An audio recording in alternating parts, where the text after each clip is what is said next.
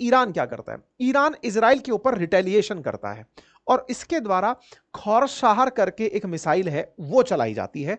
30 से अधिक मिसाइलें चलाई जाती हैं, जिसकी तस्वीरें मतलब आधिकारिक तस्वीरें कही जा सकती हैं, ऑल इंडिया रेडियो पर साझा हुई तस्वीरें हैं, जिसमें दिखाया जा रहा है कि इजराइल को कितना नुकसान हुआ। कहा जा रहा है कि 20 से ज्यादा target, Ben Gurion airport, biological research centre, command and control facilities, इन सबको टारगेट किया गया। साथ ही साथ 23 लोग इसकी वजह से इंजर हुए।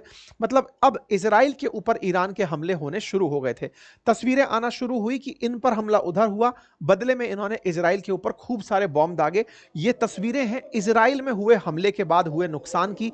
मतलब यहां से एक बड़ा सवाल और निकल कर आया कि इजराइल क्या इन हमलों के लिए पहले से तैयार था कि रिटेलिएशन में उसके ऊपर आएंगी मिसाइलें और वो इस हद तक इजराइल का नुकसान पहुंचा पाएंगी जो आज के सीन में दिख रहा है। क्या इजराइल प्रिपेयर था? ये आने वाले समय में एक बड़ा सवाल होगा। फिलहाल के लिए जो स्थितियां हैं वो मैंने बताई कि इजराइल पर हमले हैं और उसकी तस्वीरें हैं। ईरान ने इजराइल के ऊपर मिसाइलें चलाई हैं, नुकसान आपके सामने तस्वीरों के माध्यम से दिख रहा है। कहा जा रहा है कि ईरान ने अपनी खैबर शैकन मिसाइल भी यूज की थी। खैबर शैकन मिसाइल इसकी आधुनिक और शक्तिशाली मध्यम दूरी की मिसाइल है, यानी इजराइल तक ही पहुंचना है उस तक की मिसाइल है। और कहा जाता है कि यह अपने आप में खैबर के उस युद्ध से प्रेरित है जिसके बारे में इन्होंने पोस्टर लगाया था। उस खैबर के युद्ध से, मतलब खैबर का जो युद्ध मैंने आपको 2 दिन पहले भी बताया था, जब खेमनेई ने इजराइल के ऊपर युद्ध की घोषणा की थी।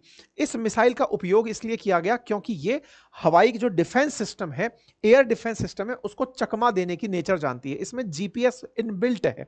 यह मिसाइल भी जाकर के अपने टारगेट को बड़ा ही टारगेटेड अंदाज में ब्लास्ट करती है। इस वजह से इन 2 मिसाइलों का, खैबर शेकन मिसाइल का जिक्र होने लगा।